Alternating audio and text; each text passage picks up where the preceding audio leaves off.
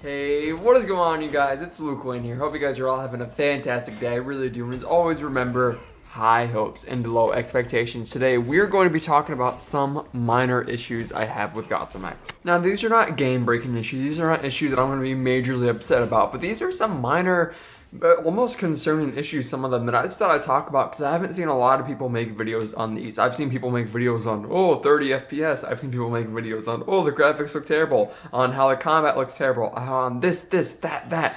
But here's just some little issues that I haven't seen get a lot of coverage, and there are also issues that aren't big enough to really warrant concern for the game overall. Just issues that bug me or issues that I think hopefully could be fixed with a patch. First up on the list, and these are issues, by the way, that we've seen with recent gameplay. So I've just made this list watching all those recent gameplay videos uploaded to YouTube once the embargo has been lifted. And now that we're seeing all this gameplay released on YouTube from these people that have early access to the game, these issues are starting to show through the cracks, and I just wanted to discuss them.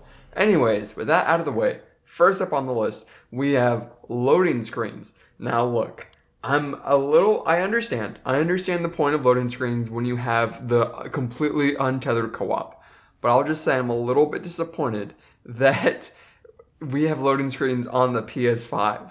In a generation where we were told we would not have to have this issue anymore, in a generation where we have the SSD on the console, and especially with PC too, you would assume this would be a thing of the past. When the game like Arkham Knight, and again, sorry for comparing it to Arkham, but when a game like Arkham Knight came out, that game didn't even have any loading screens. I didn't even realize that at the time, but until much later. And then I was like, wait, when I load into Arkham Knight, once I load into the world, there's no loading screens. You can go in and outside locations, go all over the island. No loading screens whatsoever. Occasionally the game will pause for a second or two and do a little loading thing in the corner if you're going too fast. But that's about it. Now I understand with the completely untethered co-op, we have a situation where it's difficult to have one person on one side of the map and the other person on the other side of the map and then just fly them over to where you are if you go inside a location during a mission. And I'm assuming there's going to be a little text box that says your partner is going in this mission. Do you want to go in with them? And then I understand that that's why there's a loading screen. But when you're playing by yourself, I see no reason why there should be a loading screen. And I think that just goes back to the poor optimization that this game has had. And I don't think it's really been optimized to the best extent to what it could have been optimized as.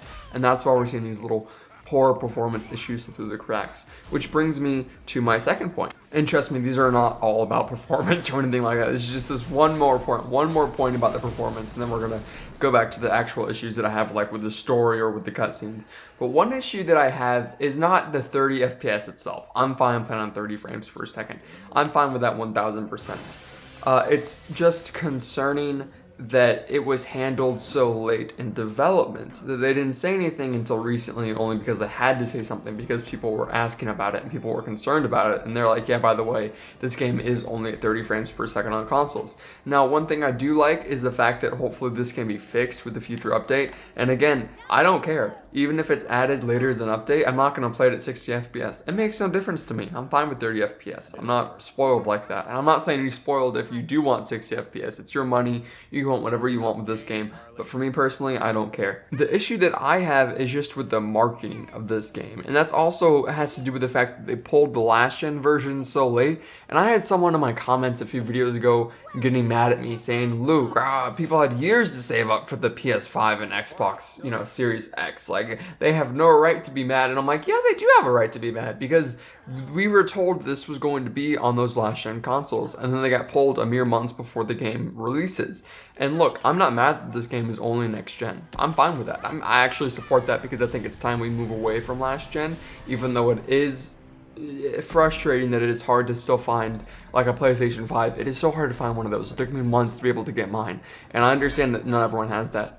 I'm just upset with the marketing again and the communication, because if they were making this game on last-gen consoles for years and years, that's how long they've been developing this game on last-gen consoles. You're telling me just overnight they're like, oh, by the way, this can't run on the system that we've been developing it for, so let's just switch over to the next gen.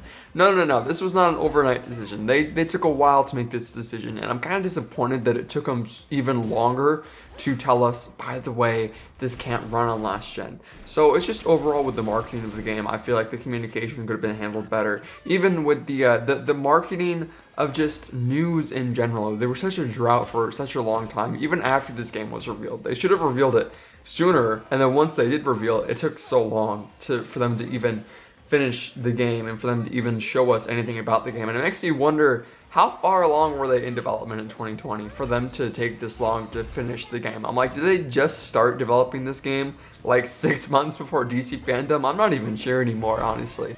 But my third and final issue that I've had with this game that we've seen so far is the awkward cutscene transitions. Now, we know that the Belfry is going to be we know that we're going to have a day-night cycle, but the day cycle is going to be restricted specifically in our hub in the Belfry, and that makes sense to me. I don't have an issue with that. What I have an issue is, I've seen multiple times in a couple of different gameplay videos on YouTube where it's a cutscene in the Belfry and it's daytime, and then they're like, okay, we have to move now. And then the game cuts to outside, and all of a sudden it's nighttime. And I'm like, whoa, whoa, whoa, when did that happen? Why was it day and why is it now night? I feel like the cutscenes don't really match the gameplay, and it's not really polished. Also, just general lack of polish with the animation, especially facial animations. I've noticed, like, in the background, you just have Batgirl just standing around, and all the other characters are, like, if something comes up on the back computer screen, and all the other characters are like, oh no, what's happening? And then you have one character in the back that's not really having any facial expression at all. Or there's that short gameplay clip that we got months ago of, like, Red Hood pulling up on the Bat Cycle to, I think it was Nightwing, but he's just looking dead ahead. It's like he's not even looking at Nightwing. And I feel like the lack of little mocap animations or facial expressions kind of make it look like an, oh my god, I'm gonna be crucified for saying this. I'm not trying to compare this game to Fortnite, but it's reminiscent of an online game that doesn't even have a campaign. Or maybe with the campaign just kind of thrown in there.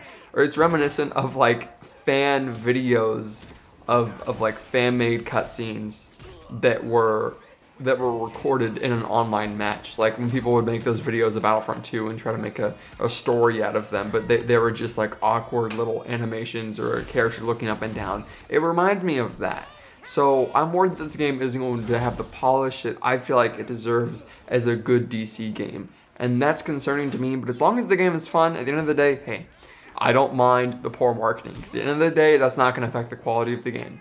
Hey, I don't mind the loading screens, because at the end of the day, they're not going to take long. We have a PS5, we have SSDs on a computer. The loading screens aren't going to take long. And at the end of the day, hey, I'm not going to mind the poor cutscenes aren't polished that well, because the game itself, as long as it's still fun, it's going to be fun. And I can't wait to play this game. But do you guys have any more issues? Honestly, I probably should have asked before this video even came out. That's my bad. It would have been cool to, like, if I did those videos where I went through comments, if I did a poll, I was like, hey, what kind of issues do you have with this game? And then I read the comments. I think that could make a fun video if I just interacted with you guys, and that could be a topic for a video. What do you guys think? Would you like to see that? Let me know down in the comments below, and let me know if you have any more issues with this game, any more concerns. I do read them all. Thank you for your attention. Stay awesome, y'all, and peace.